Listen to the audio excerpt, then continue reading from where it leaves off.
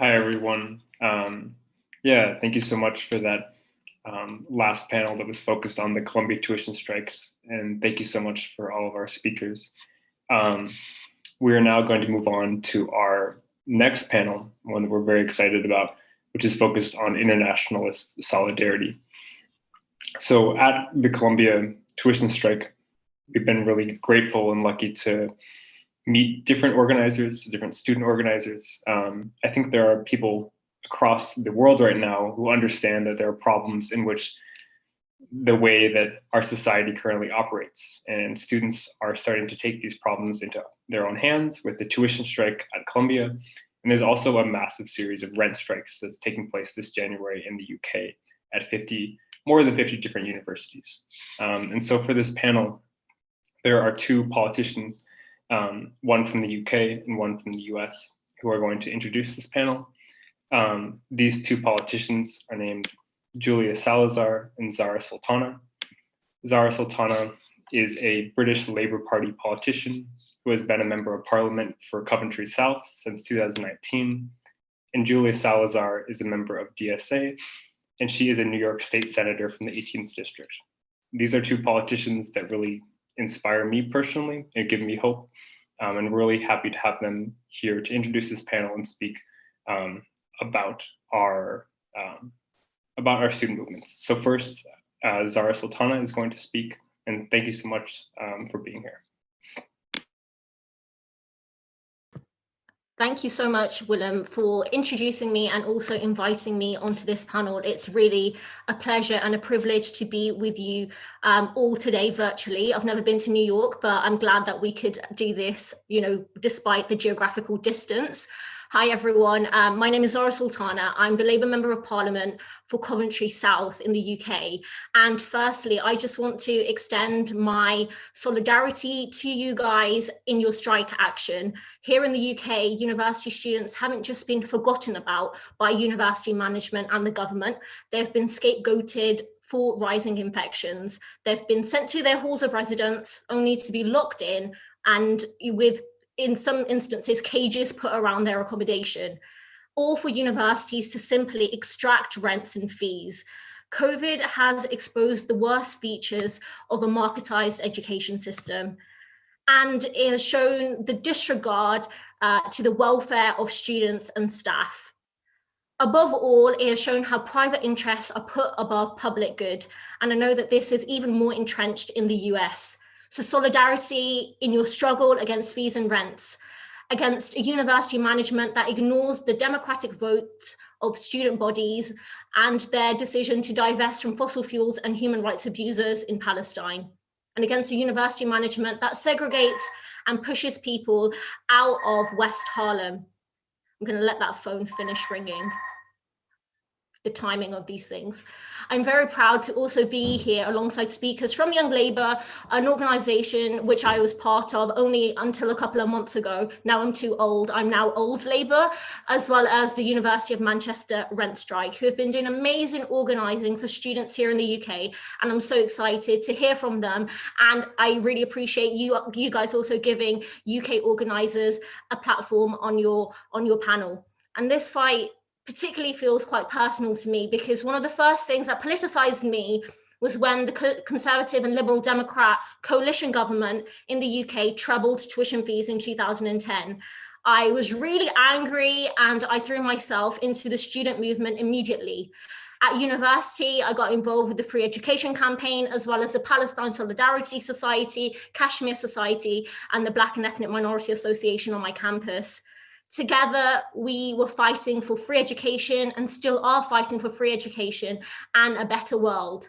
While in 2010, we didn't win, a whole new generation of socialist organizers were formed. And it's how I know some of my oldest friends and comrades, and Barnaby, who is teaching at Columbia and also connected me to Willem, is one of those, and I'm sure he appreciates the shout out. So what you guys are doing here today, standing up to university bosses and carrying the banner of justice against racism, imperialism, climate chaos, and capitalism, you should never underestimate how important that is. And in the UK, more so than pretty much anywhere else, we know how hard it has been in terms of for the cause of socialism. And of course, on the other side of the Atlantic, you guys know that well too. The march forward for Labour certainly has taken a knock, but we know so clearly that the centre doesn't have the answers, never has had the answers, and never will have the answers, because it won't tackle the conditions that gave to the rise of Trump or offer solutions to avert the climate emergency. Our future is not in unity with racists or a more competent management of the status quo. It is not in the system slightly tweaked, it's in the system completely overhauled. The work of activists and socialist politicians in the US campaigning for a Green New Deal has inspired and popularized the cause here in the UK.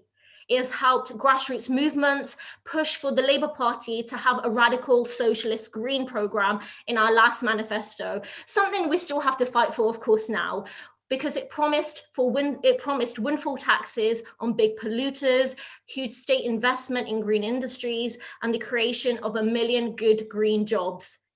It's in this campaigning that our future lies, and no matter how much the right try to co-opt this, we know and recognize that banning plastic straws isn't enough. Plastic bags and bags for life aren't enough, because we identify the climate crisis as a capitalist crisis, and we know that the climate struggle is a class struggle across borders. Just as capital extends its reach across the globe, so must our resistance. Decisions made mainly by white men in suits in boardrooms in New York and London pollute rivers in Bangladesh and destroy rainforests in Brazil. So our global Green New Deal can't be fueled by lithium batteries mined by exploited workers in the global south. It must be a truly global Green New Deal that dismantles the fossil fuel industry and brings resources into public hands for us to plan our own future. When we make this argument, those in the centre sometimes call us naive. They tell us we don't know what we're talking about. But the real naivety is to pretend that we have another choice. The real naivety is to pretend that there is an alternative. Our generation grew up watching global leaders bail out bankers, but ignore the warnings of a planet on fire. To stop that, we must finally make good on the promise of an old socialist hymn. With a global Green New Deal, we will bring to birth a new world from the ashes of the old. Solidarity, and thank you for having me. Thank you so much for being here. That was fantastic. Next up is going to be State Senator Julia Salazar. Thank you very much. I'm so deeply honored to be here with all of you, to follow MP Zarah Sultana. And, you know, this is especially meaningful to me to get to support you all in the tuition strike in a personal sense, both as a DSA member and socialist in the legislature, but also as a former Columbia undergraduate student myself. I'm really inspired by you all. This truly is about ending the university's exploitation of communities in Harlem and expansion into these communities, and trying to repair the damage that has been done to working class communities uptown in the area where Columbia has expanded and continues to expand. It is, you know, you all truly are demonstrating through this strike the power of direct action and the power that results from confronting capitalism and greed and profit and exploitation by withholding your resources, by withholding your tuition. You know, you are confronting capitalism with the tools that it relies on in order to continue, right? This is about, I think, even, you know, it would be sufficient for this strike to be about demanding that the university fulfill a community benefits agreement. It would be sufficient for this strike to be about the demands that you all have laid out. But what is really incredible, and what I hope all of you know and keep in mind as you stand up to the bosses and the administration is that this is actually part of a bigger movement against austerity by the universities. It is a part of a better move, or rather a bigger movement nationwide and internationally, right? But a bigger movement against austerity and you know, against student debt, against the current reality of wealth being amassed by elite institutions and by the ultra wealthy in our city, in New York, in our state, and in our country. So I hope you all know how critical the work is that you're doing, that, you know, it's even more than seeking to use your position and privilege as Columbia students and as people with this connection to an ultra wealthy and powerful institution in our city. You know, it's even larger than that, and that you're part of a movement and you're inspiring students all over the country to use their position and their resources, their tuition, their access on campus to continue this movement. So I really applaud you all, and I look forward to hearing from the panelists more in detail about this fight. Thank you so much. Yeah, and what a great way to start this panel. And thank you both to Senator Salazar and MP Zarah Sultana. As I mentioned before, at Columbia YDSA, we've been very fortunate to have different interactions with student organizers from across the world during our organizing for our Columbia tuition strike. And so next up, I'd like to give all of these student organizers a chance to introduce themselves. We will start with the organizers from the United States. We have someone here from Howard YDSA, from the National YDSA chapter, and as well as Columbia YDSA.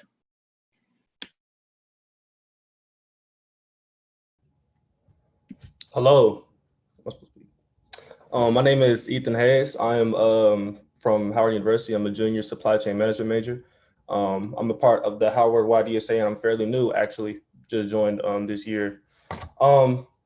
Some things about me, really, what triggered me to join the YDSA is my overlook over Bernie's 2016 and 2020 campaign, where I was kind of awoken, in a sense, to a society that was working actively against Black people, people of color, rural white people, in a way to perpetuate and help the 1% against everyone else. So that's why I joined. Some specifics about the Howard YDSA are, we believe that a strategy must recognize the intersectional nature of oppression as it pertains not only to class, but also to countless marginalized identities who are alienated by the status quo, in particular to the African diaspora.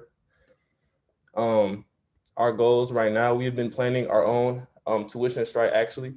We're getting ideas together, and we're planning to link with the George Washington University YDSA and several others in the area to go ahead and plan that.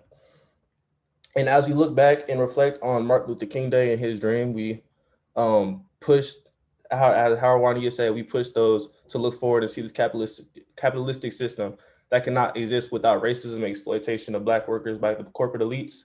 And we celebrate radical Dr. Martin Luther King Jr.'s message, where he warns us of the white moderates and neoliberals who he stated are more devoted to order than to justice. And so that's just some things about me. I'm looking forward to the panel today and to everybody's message. Yeah, thank you so much for being here. And Labiba can go next, followed by Emmeline. Cool. Hi, everyone. My name is Labiba Chowdhury. I'm the national co-chair of YDSA. We're currently organizing a national student debt cancellation campaign to demand that Biden cancel all student debt via executive order. Right now we're organizing bi-weekly phone banks on Mondays and Thursdays, 6 to 9 p.m. Eastern, and we're organizing more actions at the national level. If you want to get involved, you can sign up to volunteer. I'll send the link in a second. And also, I'm incredibly excited to be here and for the amazing work Columbia YDSA has done for the student strike. I cannot, the fact that over 4,000 people have pledged to withhold their tuition blows my mind. I mean, I'm sure the numbers changed at this point. But yeah, so I think this, I'm just incredibly excited for this historical moment. The fact that there are strikes spreading up across the country already. There's one happening in the Bronx, actually. There's a Teamsters local that's on strike right now, and there's strikes sprouting up across the country.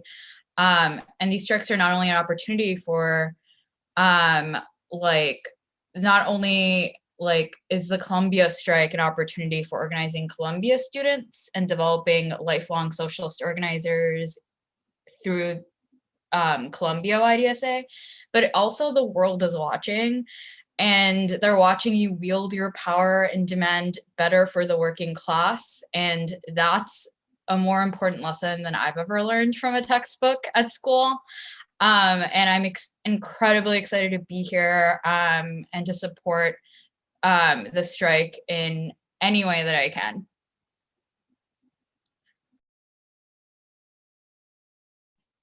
Yeah, I'm so excited to be here. I'm also a member of the YDSA National Coordinating Committee along with Viva, as well as co-chair of Columbia YDSA. And it's been, the most inspiring experience of my life being involved both in planning out the student debt cancellation campaign at the national level and also being involved in the Columbia tuition strike. I think it's been so inspiring to be involved in this work of really demanding that education be treated as a human right, and that we, not only eliminate that, but also, take the steps towards making education free for everyone, which I think is really the long-term vision is, as Astra Taylor put it in her book, not just debt cancellation, but ultimately debt abolition, fighting for a future where we all, are denied, all are guaranteed what we're currently denied under capitalism. And I think that's really why, I'm part of YDSA, and DSA as the largest socialist organization in the US, is, all of these crises that we're facing, from the climate crisis to racial oppression, other forms of oppression, the exploitation of the working class, all of these are interconnected, and so they can only be fought in an interconnected way through this, these collective acts of resistance. And I think that, encompasses student organizing, and it encompasses labor organizing, all the forms of leverage that we can use to exert against this, small minority of people who are hoarding all the wealth and preventing the rest of us from having what we should be guaranteed as human beings. So I think that, that's my pitch for, being involved in socialist organizing. And I think that what we're doing is, in terms of demanding things like student debt cancellation is a really important path towards that ultimate goal. And so I would really encourage you all to be involved and yeah, just to sort of be involved in the struggle in the long term. As well, I think that YDSA is doing important work in terms of developing, as Viva said, lifelong socialist organizers who are going to go on to continue for these things on the factory floor, on the strikes, like what the Teamsters are doing right now in New York City. And yeah, all of these struggles are interconnected. So yeah. Great. Yeah, it's so exciting to have people from different YDSA chapters across the country here. But we also have students from the United Kingdom here. Ben McGowan has been really important for the Columbia tuition strike. He's come to 7 or 8 meetings with me and the rest of the organizers and giving us advice. And we really appreciate this solidarity. There's also Fraser Amos from the Young Labor Committee, and I'd like them both to introduce themselves. Hello, yeah, I'm Ben. I'm from the Manchester Rent Strike and also now the National Rent Strike Organisation. which now represents over 55 rent strikes at universities across the UK, which is about a third of all our universities in the UK at this point. I think what's been really powerful about this movement is, first of all, the immense trauma that this pandemic and the situation students have been put through has caused this movement to be led almost entirely by first-year students. This isn't, seasoned activists running this campaign. This is almost entirely led by 18 and 19-year-olds who turned up onto campus and within a month had been put into such an awful situation they felt they had no choice but to go on rent strike. And we've proven, and I think we've been quite successful in taking on landlords and private accommodation and multi-billion universities and actually getting wins. And I think, the past few years, particularly in the UK, victories for students and for the left can feel quite few and far between. And so actually savouring these victories and taking that momentum and using them as inspiration to keep going, I think is really important. Part of why this movement's become so mainstream and managed to break out maybe those traditional student activist circles, I think, is because students around the country have really realised that it is possible to win through collective action and through solidarity. It is possible to defeat these institutions. They're not invincible. And we've proven that so far. We've had lots of wins in the UK for the rent strikes, and we're going to keep going. And I think also, hopefully, what's really happened is, last year, the idea of a rent strike was very fringe, very radical. I don't think it would have got really much of a look in the mainstream media or outside of, traditional left circles.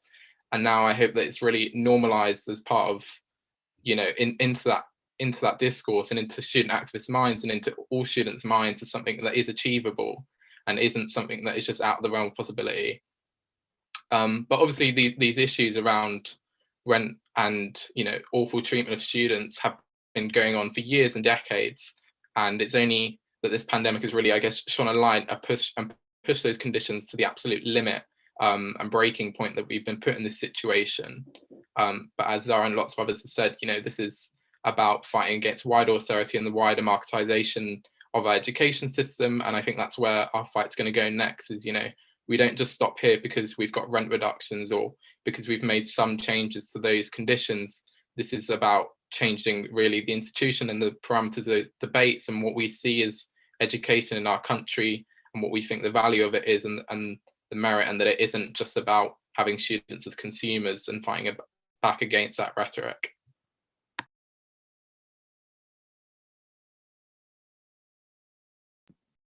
Great. And Fraser, if you want to reach out.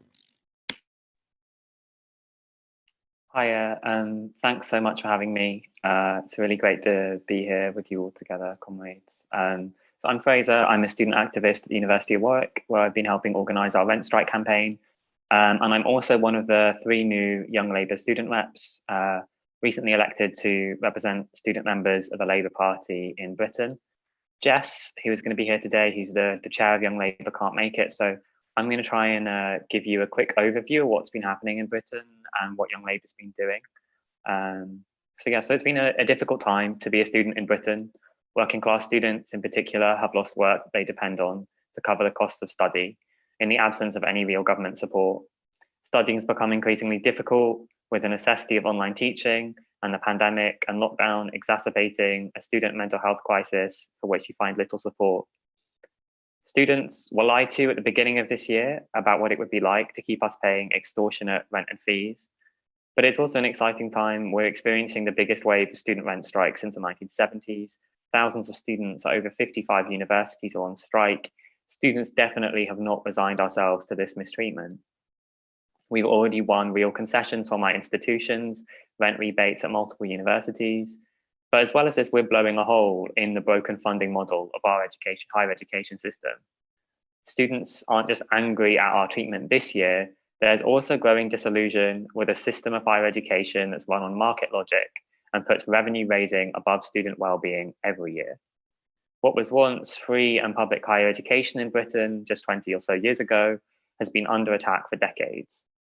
A project has been underway to turn our education into a commodity. Tuition fees have tried to refashion our degrees into a product. Reams of metrics have tried to quantify it and make it intelligible in terms of market exchange. Endless private capital investment has corporatized university spaces. And all this makes for a system where students are treated as little more than revenue streams. As rent strike organisers, we've come together to form a national network, as Ben said, and we're beginning to point the blame squarely at this system of marketisation. Through Young Labour, we've given support to the rent strikes where the new Labour leadership has refused, demanded the support of Labour MPs, created a guide to launching a strike for our members, and demanded the adoption of socialist higher education policy, with publicly funded institutions run democratically by workers and students. For the context of student organising in the Labour Party, until just over a year ago, this would have been unimaginable. Our party student affiliate was a deeply anti-democratic organisation that did little more than build the careers of young neoliberals and obstruct socialists in the student movement. When it was abolished last year for corrupt practices, our positions as Young Labour student reps were created to replace it. We won on a platform of building a socialist, liberated and democratic student wing, but we have no student structures within the party that we're fighting for this. We just have grassroots Labour Club groups. So we're building from the ground up, and we're starting by throwing ourselves into rent strike organising. I'm sure we have a lot to learn from YDSA, and it would be really great to continue some of these conversations after this call, because I'd love to hear how YDSA has been organising in Columbia and across the country. Our intention over the next 2 years of our term is to build up an organised socialist student wing within the party that's oriented towards the Labour Party, where we can be a bulwark against the rightward shift in policy, an orientation to the student movement where we can fight for a free and democratic education system, not subordinated to the needs of capital, and an orientation to the Labour movement where we work to organise students in their tenants and workplace unions. So yeah, thanks so much for having me. I'm really looking forward to hearing everyone's contributions and solidarity to all of you in your strike action. Great. And after that round of introductions, we're going to open up several questions for the student organizers here today. And first I want to start, this question is directed specifically to Ben and Emmeline, and then we can open it up to everyone. But with the organizing and the successful rent strike at Manchester and the tuition strike at Columbia, which has already started to win some concessions, what have you learned about the power of direct action outside of electoral voting as a means to making change politically? And as students, how can we use this power in the lessons we've learned as students to turn this kind of direct action into broader organizing after we leave the university?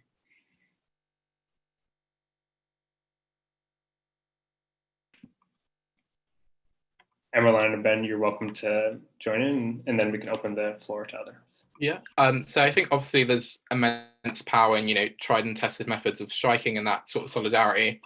But one thing we should never really forget on the left in terms of what we have over the right is our creativity. And I think it's really possible to, be disruptive in your action, but also be creative in it and in those events. And I think creating those events can play a really important role in sort of taking hold of that narrative and making sure you're the one setting the narrative. At the University of Manchester rent strikes, one of the big things we did was we occupied a 19-story tower for 2 weeks. And there was massive protests when the university put fences up around, and within that same day they put the fences up, we had 2,000 students out protesting and tearing down the fences. And I think those moments and those events, especially in COVID, it's really hard to be traditionally disruptive and use those traditional methods of disruption.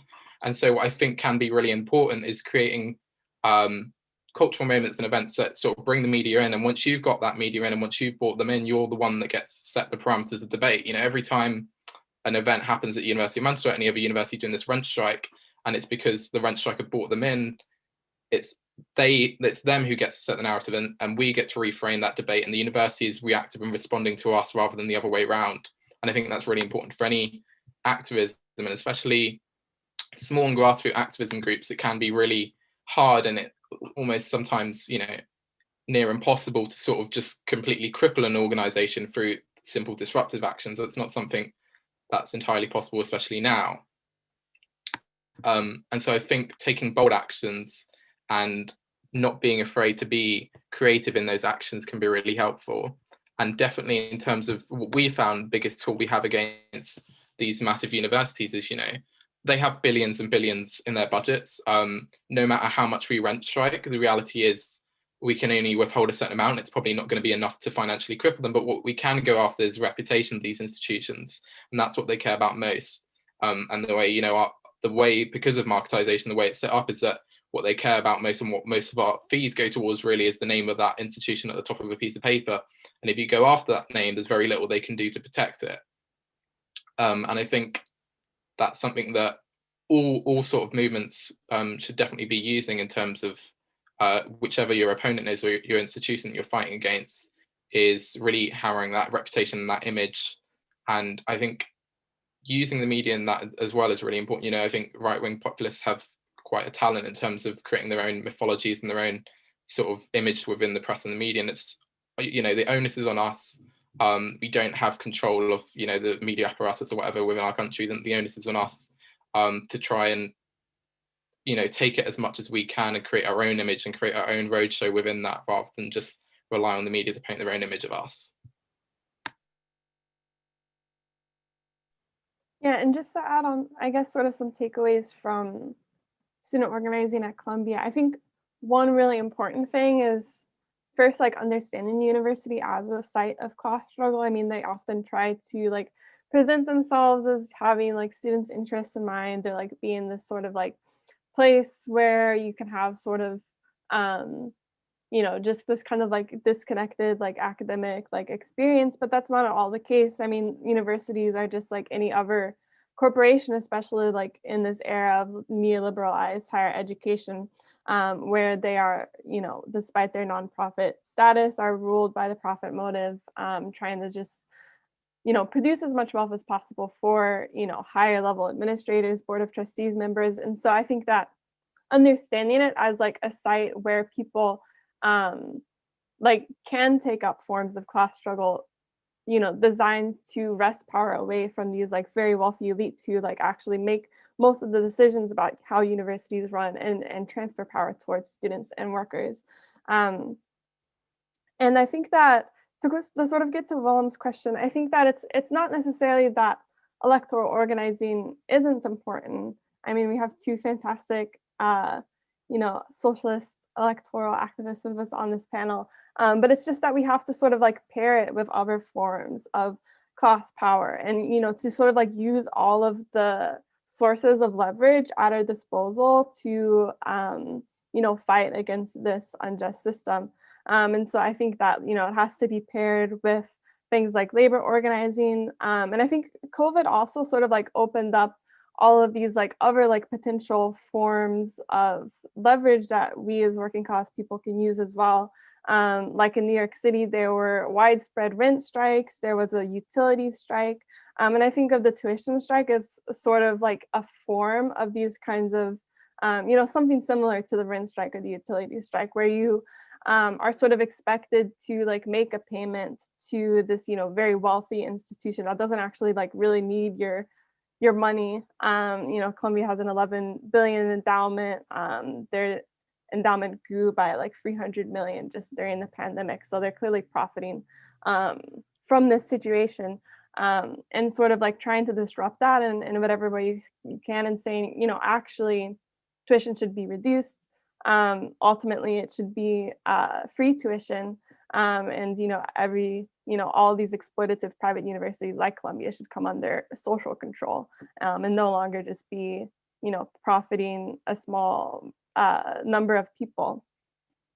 So I think that's sort of some of my key takeaways from that. And, you know, I think ultimately, like, the main source of leverage we have like does lie in the sort of like realm of like the workplace. And so I think that's why building ties with unions is so important, and actually like engaging in rank and file labor organizing after graduation is so important as well. But in terms of like the current state of the tuition strike, I just think, you know, it's kind of like staggering, honestly.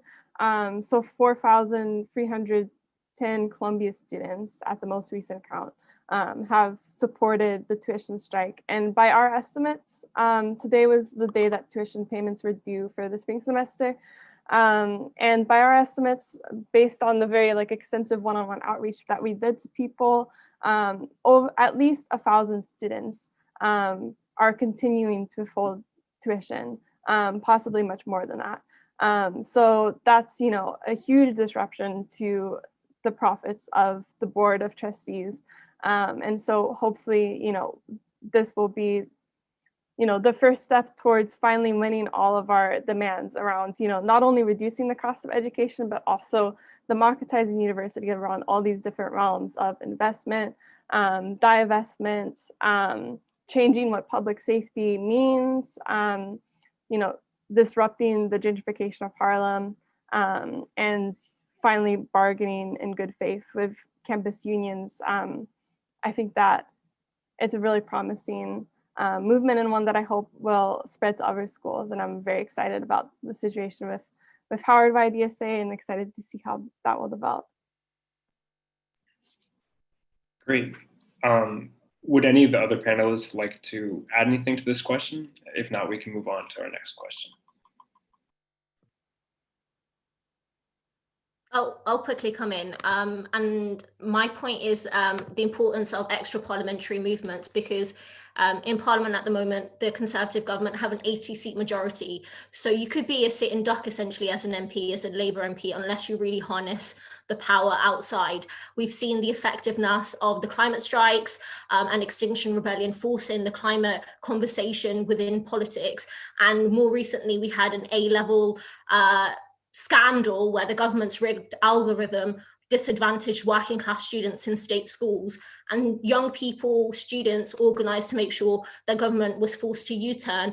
Recently, the National Education Union also organized creatively, digitally, incredibly, and forced the government to close schools when they were very reluctant to do so. So essentially, it's in the streets, it's in our workplaces, and in our communities where we have power, especially if we don't have it within political structures. And like Emma was talking about, there is a class war, there's a class struggle happening, and it's really important that we organize in every possible way to fight back.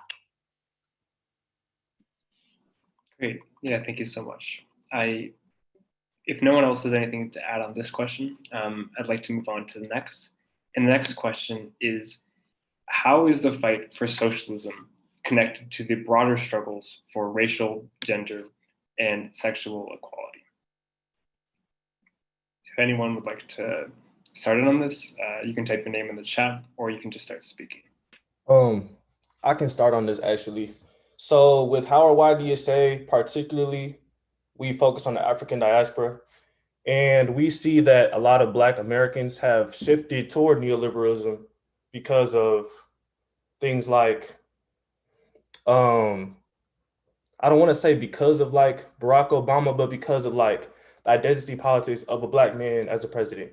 You feel me? And it's just like throughout history, Black Americans have had a more skew towards socialist policies and socialism in itself. So I feel like toward racially, led by reparations, tying in Medicare for all, canceling student debt, ending mass incarceration, private prisons, are widely popular policies that Black people support, but is not supported by the neoliberalism movement that right now is sadly, taking over like the Black community. So to accomplish this, I feel like we as the left need to organize more people of color and Black American voices and create leaders that can stand up for leftist policies and bring them into the mainstream to get rid of the false narrative that Black people and people of color don't support leftist policies, when that could be farther from the truth. Great. Yeah, thank you so much for that comment. I definitely think that's a great addition. And if Fraser wants to come in next. Yeah, I mean, I guess as a queer person, I'm not so much concerned with equality, with being equal with cishet people or being equal within cishet society. I'm more interested with overturning it.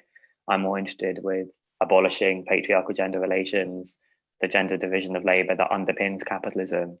And I think that we can't just see these questions as kind of discrete vectors of oppression that only like meet at the level of the individual. We need to understand that race, gender, class, these things constitute each other. We can't see these things as add-on or just superstructural. There's nothing more material or fundamental than our bodies and how we're embodied in the world. Capitalism is a system that rests upon colonialism from when it began until today, and that's always going to be the case. I think that, you know, the context of America and the Black Lives Matter movement demonstrates it so clearly that, as Stuart Hall says, race is the mode in which class is lived often.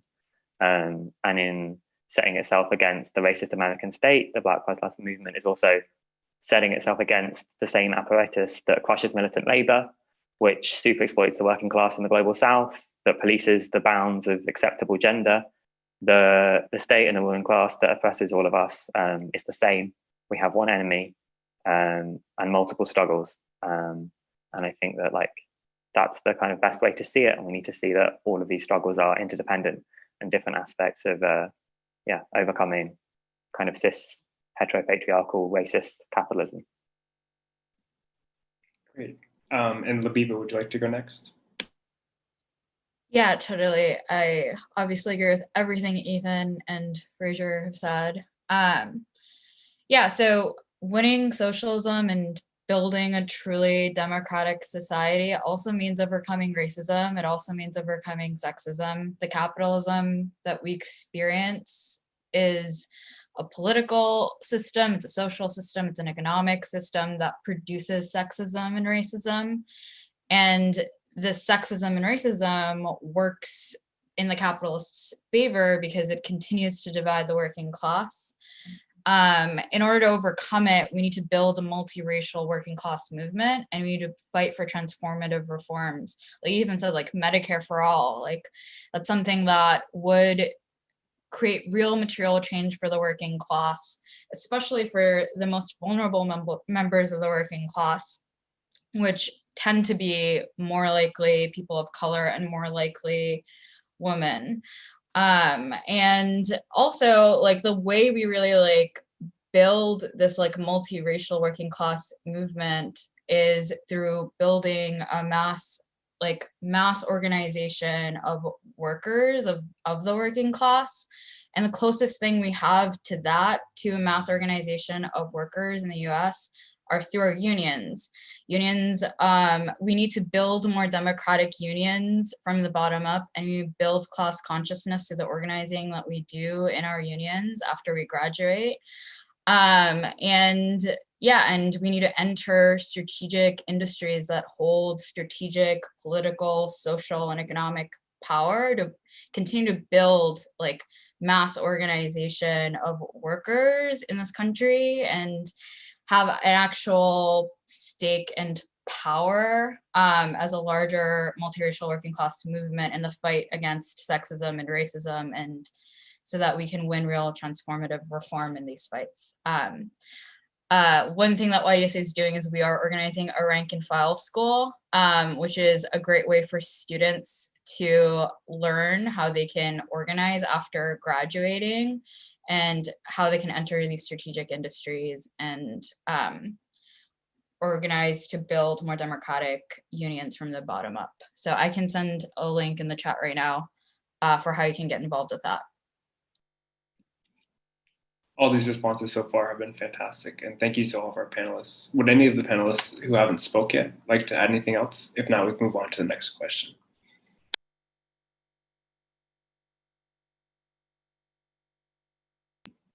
Okay, for the next question, we are going to ask, why is it important for socialists in the United Kingdom, in the United States, and across the world to continue to work together in their organizing? Anyone is welcome to comment on this question.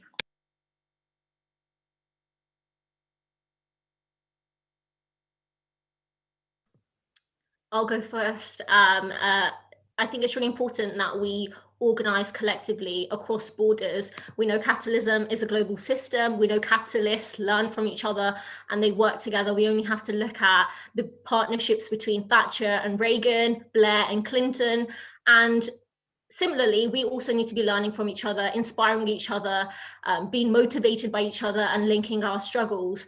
And when we see what you guys are doing in Columbia, and you guys are looking at what's happening in Manchester and Warwick and across the UK, I'm sure that gives us all hope and confidence in our fight. And when we win, that also motivates each other. So I think it's really important that we recognize the way capitalism works, how we can also be organizing in a similar way the 1% do, but for our people, the working class. Exactly. And that's something that Ben and I have talked about in our conversations as well, is that capital doesn't understand borders, and capital doesn't follow the logic of borders. And capital, because capital doesn't do this, labor organizing shouldn't as well. You see this with companies offshoring their production to countries, underdeveloped countries, where they're able to exploit the workers there. And so that if you don't have this international organizing to combat this international movement of capital, you're not going to have strong labor organizing at home as well. Anyone else would like to comment on this question?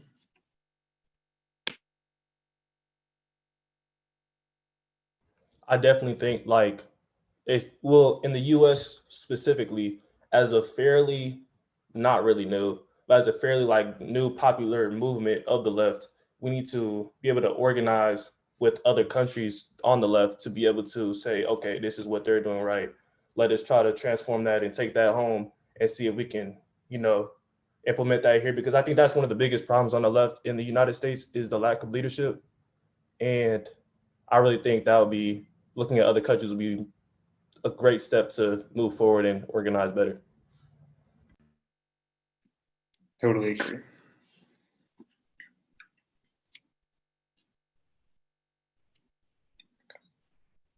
All right.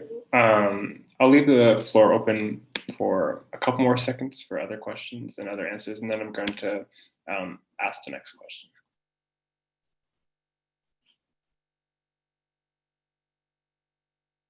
Okay. And so for this panel, we have students here from the United States and the United Kingdom, and we have students from all different backgrounds. And this is obviously really important to this kind of solidarity. But the United States and the United Kingdom are both developed countries that have been grown wealthy off the exploitation of underdeveloped countries in the global South. And as we mentioned before, you see this outsourcing of production from the trade deals in the United States, which offshore production to countries like Mexico and the rest of the global South. And so how can student organizers and just organizers in general in developed countries like the United States and the United Kingdom work towards a more international solidarity? And what role do these organizers have in ensuring that this kind of international solidarity creates true equality, not just in the countries like the United States and the United Kingdom, but across the rest of the world?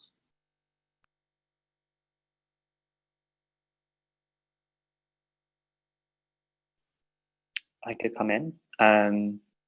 I think that what is really important to understand from the United States and the UK, both imperialist countries, is that every concession to imperialism, every time AOC equivocates on Venezuela, or every time you kind of give something into whiteness, is also a concession to capital and is a step back for the socialist movement, because it's whiteness and it's the redistributed profits of colonialism that are used to try and buy in people to the project of American imperialism and British imperialism. And I think we need to understand understand international solidarity not as a kind of charitable act, as like helping people that are underdeveloped or anything like that, but we need to understand how our liberation is bound up together. There's this quote by Lilla Watson that if you've come here to help me, you're wasting your time, but if you've come because your liberation is bound up with mine, then let us work together. And so I think we need to understand that imperialism and racism go to the heart of how capitalism functions, and we can't give an inch. Fantastic. Labiba, would you like to go next? Yeah, totally exactly what Fraser said. The US, like, through its like imperialist policies, protects the power of the like global capitalist class and global ruling class. So the actions of the US has like global implications for the international working class. So we need to like continue to like build an international like socialist movement to counteract that. It's the only way to counteract a global threat. And yeah, and I think like we start by doing things like this, right? Like having events where we're communicating with each other and learning from each other. I think that's always great. But really like the organizing work that the working class in the US does also has global implications, right? Like the organizing work that we do here is also being watched by the rest of the world, and we're learning from each other from our struggles, and our struggles are linked globally.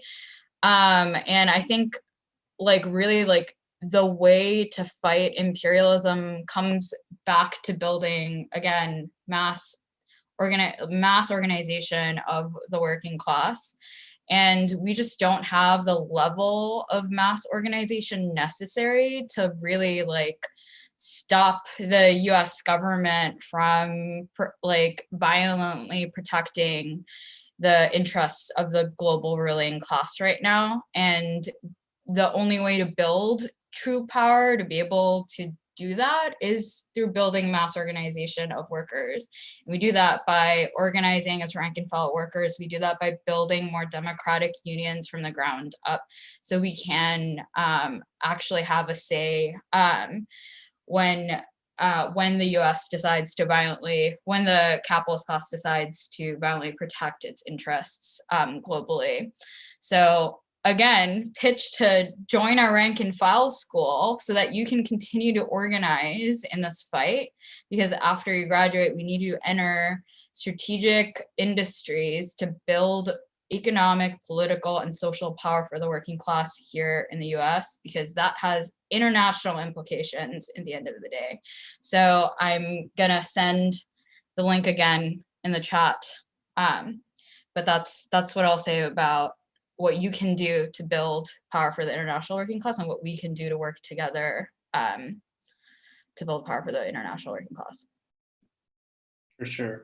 And I wanted to, before we move on to Emmeline, I wanted to speak, specifically to what Fraser and the people were saying, but I appreciated the point from Fraser that we are not here to help out other people. We're here because all of our struggles are connected. And so for me, I'm from Montana, and my whole family on my father's side are copper miners. And the copper mining in Montana was a huge union industry up until 1971. And one of the most important things in breaking this union strength in Butte, Montana, was that the Anaconda Company, which is the largest copper company in the United States, which held the mines in Montana, also held the mines in Chile. And so every time the workers in Montana would go on strike, the Anaconda Company would maximize their copper production in Chile to offset these losses that would be usually taken by the labor movement in the United States. And so you have this very tangible effect of these workers in the United States, in Montana, who might not have even been aware of like the international effect of capitalism, whose labor organizing has been weakened by this international capitalism. And so this is, for me, like a personal reason why it's so important to have this international solidarity, because if you have workers across the world who are coordinated in their organizing, you can have these international movements that can counter the power of international capital. So that's just, I guess, me from Montana and my input on this. But I know Emmeline would like to go next. Yeah, I really wanted to, I just really emphasize what Zarah said earlier about like how capitalism is a global system, and so it can only really be challenged on a global scale. And also what Fraser said about like our liberation is bound up with one another for that reason, because capitalism is a total system, and because we are all sort of interconnected with each other through these sort of like global chains of, production, consumption, and, through these like, imperialist ties. And currently like globalization, what we call globalization is, really structured in such a way to benefit the rich. But what we want is like global, working class unity. And that's really what we need in order to overthrow capitalism.